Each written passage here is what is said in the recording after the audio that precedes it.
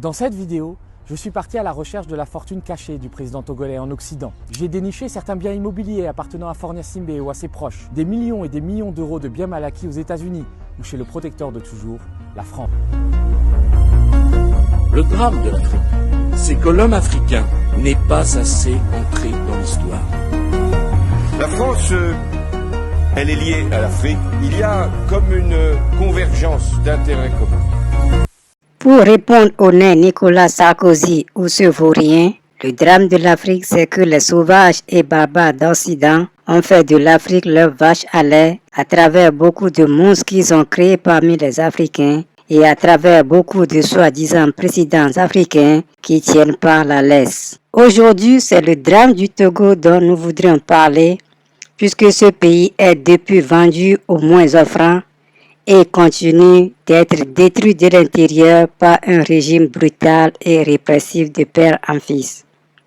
Certains d'entre nous qui ont eu la chance de visiter le Togo ne peuvent pas s'empêcher de dire que Lomé, sa capitale, ressemble plus à un township ou ghetto en Afrique du Sud qu'une ville. Pas de système d'évacuation d'eau de pluie ou usée. Ce qui fait que les quartiers, maisons et rues sont constamment inondés par l'eau.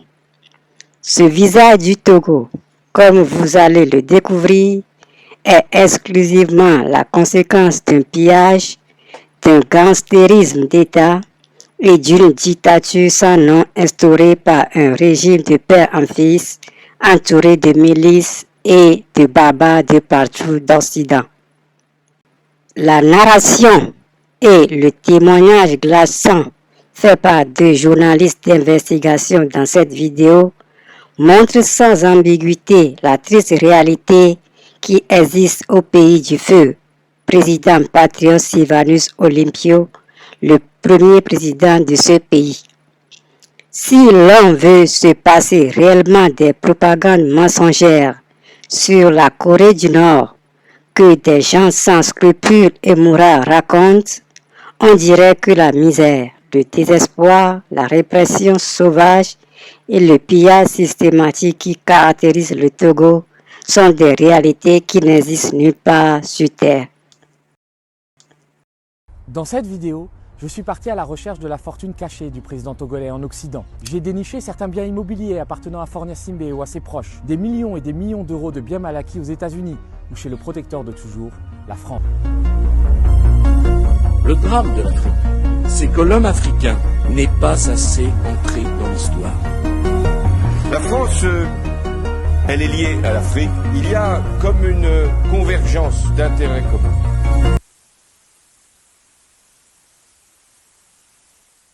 Aujourd'hui, 29 avril 2024 au Togo, se tiennent les élections législatives. On connaît déjà le vainqueur du scrutin. Il s'agit du parti de Faure Gnassingbé, un autocrate qui a succédé à son père à la tête du Togo. Il règne sur ce petit pays d'Afrique de l'Ouest d'une main de fer depuis 2005. Faure Gnassingbé vient de changer la constitution pour ne plus se faire élire par le peuple, mais par des députés acquis à sa cause. Le Togo fait partie des 30 pays les plus appauvris du monde selon l'indice de développement humain de l'ONU. Le revenu moyen y est de 70 € par mois. Près d'un habitant sur deux n'a pas encore accès à l'électricité. Si la majorité des Togolais vivent chichement, la famille Gnassingbé s'en met plein les poches depuis plus d'un demi-siècle. Le clan au pouvoir a acquis un important patrimoine immobilier en France, que je vous révèle en partie aujourd'hui. Je me trouve d'ailleurs dans le 16e arrondissement de Paris, devant un hôtel particulier estimé à 10 millions d'euros et appartenant à l'État togolais. Mais le président Faure Gnassingbé a longtemps utilisé ce manoir comme une propriété privée. Après la mort de son président de père, il y a logé sa sœur aînée, Tina Gnassingbé. Sauf que Faure peut se montrer aussi dur avec sa famille qu'avec le peuple togolais. Au début des années 2010, il se brouille avec Tina et lui demande de quitter cet hôtel particulier. Sa sœur fait de la résistance. Alors, Faure lui coupe l'eau et l'électricité et lui fait envoyer des courriers incendiaires pour l'obliger à quitter la demeure. Depuis, cette villa appartient toujours à l'État togolais malgré les menaces de saisie. Sauf que la belle demeure est visiblement inoccupée depuis 11 ans. Ah non, parce qu'en fait ça appartient à l'État togolais. Oui, je sais. D'accord. D'accord, c'était là. Ok. Ok, donc c'est squatté. Ah, non, on est journaliste, on travaille sur le patrimoine de l'État togolais et tout ça. Ici, voilà.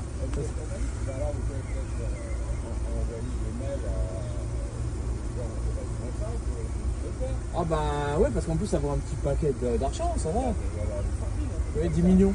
Ah oui, 10 millions, enfin là peut-être plus de 10 millions, mais... Enfin, écoutez, si vous arrivez à dire un mot, au moins qu'il ramasse des serrures, des trucs comme ça. D'accord, ben écoutez, on leur... Les gens sont rentrés à la porte. D'accord. On a déjà fait 3-4 fois, ils sont venus, les flics. Fornia-Simbé n'a pas laissé sa sœur à la rue. Il l'a fait déménager dans un autre coin chic d'Île-de-France. Nous sommes ici à Sceaux, vous pouvez voir le château derrière moi. Et à quelques centaines de mètres, il y a une autre propriété qui appartient au clan Gnassingbé, qui avait été acquise par le père et qui a fait l'objet d'un conflit de succession et dans lequel vit aujourd'hui la grande sœur de Faure Gnassingbé. Alors on est allé voir la maison, elle est dans un état délabré, il y a des carreaux cassés, il y a des tuiles qui tombent. Ce que nous a indiqué le voisinage, c'est que cette maison est visiblement encore habitée par la grande sœur de Faure Gnassingbé et que les voisins s'adressent à l'ambassade du Togo quand il s'agit de faire des réparations, de régler des problèmes de voisinage. Donc c'est quand même assez impressionnant de voir à quel point ces maisons, avec des prix au mètre carré qui atteignent à Sceaux entre 7 et 10 000 euros, sont laissés à l'abandon. D'ailleurs, c'est pas la seule propriété que possède le clan Gnassingbé en Ile-de-France. J'ai eu des informations comme quoi Faure Gnassingbé en personne possédait une villa dans les Yvelines. On va essayer d'y aller.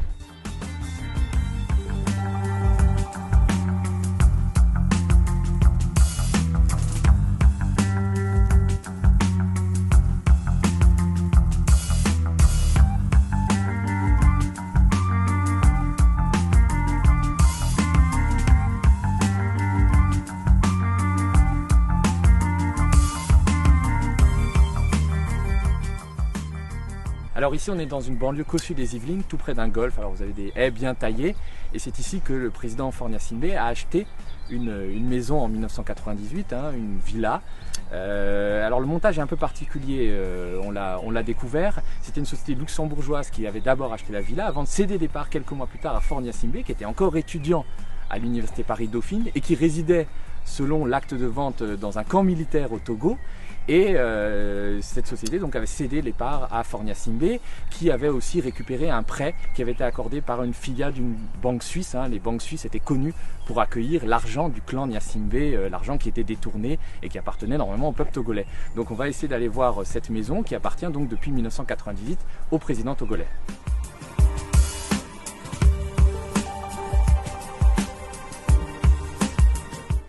Donc je pense que ça doit être là. Ah ouais, c'est quand même assez intéressant parce que ça a l'air complètement à l'abandon. La végétation, il y a des moucherons, ils sont dans une jungle luxuriante. Ah ouais, ça a l'air complètement abandonné, il n'y a personne depuis des mois ou des années là-dedans.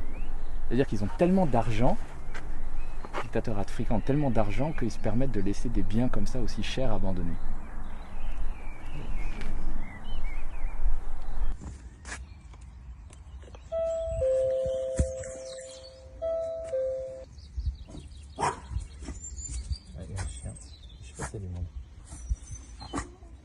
Bonjour. Bonjour madame. Écoutez, je voulais vous demander, je suis journaliste et j'enquête sur la maison qui est à l'abandon là. Oui. Vous connaissez? Bah, tout le monde en parle un peu. C'est la maison prise. C'est la maison prise dans Togolais. La maison. Ouais, mais c'est comme depuis combien de temps elle est abandonnée? Dites-moi. Alors moi ça fait 15 ans que je suis là, elle était déjà abandonnée depuis longtemps. Donc on est là depuis au moins plus de 20 ans. Ok. Jamais personne. Bon, c'est intéressant. Personne. Parce qu'elle vaut un petit paquet. Oui, mais dont j'ai appris, mais je ne sais pas si sûr, c'était que c'était un couple qui était en instance de divorce. Oui. Et puis bon, ils ont ça comme vous avez une baguette de pain. Ce sont de véritables maisons fantômes que nous avons découvertes. Faure Gnassingbé a tellement de biens immobiliers qu'il peut se permettre d'en laisser certains à l'abandon. Il a visiblement tellement d'argent qu'il ne sait plus par quelle fenêtre le jeter. Lors de ses récents séjours à Paris, le président togolais n'a pas seulement claqué la bise à Emmanuel Macron, il a logé dans les beaux quartiers de la capitale et a dépensé des fortunes chez un tailleur de l'avenue Bosquet, dans le 7e arrondissement. En raison de sa relation privilégiée avec la France, Faure Gnassingbé n'a jamais été inquiété et aucun de ses biens mal acquis n'a jamais été menacé. La famille Gnassingbé n'est d'ailleurs pas la seule à s'offrir des demeures cossues en Occident. Les plus proches collaborateurs du président togolais ne sont pas en reste. C'est le cas de l'indispensable ministre des Affaires étrangères de Faure, Robert Ducet, un diplomate qui prononce de vibrants discours panafricanistes à la tribune des Nations Unies. L'Afrique a besoin d'un partenariat respectueux, de la stricte dignité de chacun. Nous voulons être vos partenaires et non vos sujets. Nous voulons servir nos peuples et non servir des intérêts étrangers. Nous sommes fatigués par le paternalisme. Nous sommes fatigués par votre mépris de nos opinions publiques, votre mépris de nos populations et de nos dirigeants. Nous sommes fatigués par votre condescendance. Nous sommes fatigués par votre arrogance. Nous sommes fatigués et nous sommes fatigués. Je vous remercie. Si Robert Dussey est fatigué des puissances occidentales, il ne semble pas fatigué du mode de vie à l'occidental. En 2009, alors qu'il est encore conseiller diplomatique de Fornia-Simbé, Robert Dussey s'offre une première maison aux États-Unis, en banlieue de Chicago, pour la modique somme de 315 000 $. En 2014, alors qu'il vient d'être nommé ministre des Affaires étrangères, Robert Dussey s'achète une villa avec 4 chambres, une belle terrasse et un jacuzzi pour la somme de 500 000 $. Le ministre des Affaires étrangères met le bien au nom de son épouse et surtout, il paye cash, sans avoir recours à un prêt. Ce qui suscite des questions. Comment un ministre togolais, censé gagner un peu moins de 3 000 € par mois, a-t-il pu s'offrir un bien d'un demi-million de dollars, qui en vaut aujourd'hui près de 800 000 ? Comment fait-il pour payer la taxe d'habitation de sa maison américaine, qui se monte à 14 500 $ annuels, soit près de la moitié de son salaire de ministre? Mystère et boule de gomme. Malgré les discours de façade, le régime togolais ne semble pas prêt de rompre avec l'Occident, et notamment avec la France. Fornia-Simbé, il cache trop d'argent pour se le permettre. Si vous aimez le travail que je fais, gentiment partagez mes vidéos et abonnez-vous à ma chaîne. Merci de visiter ma chaîne.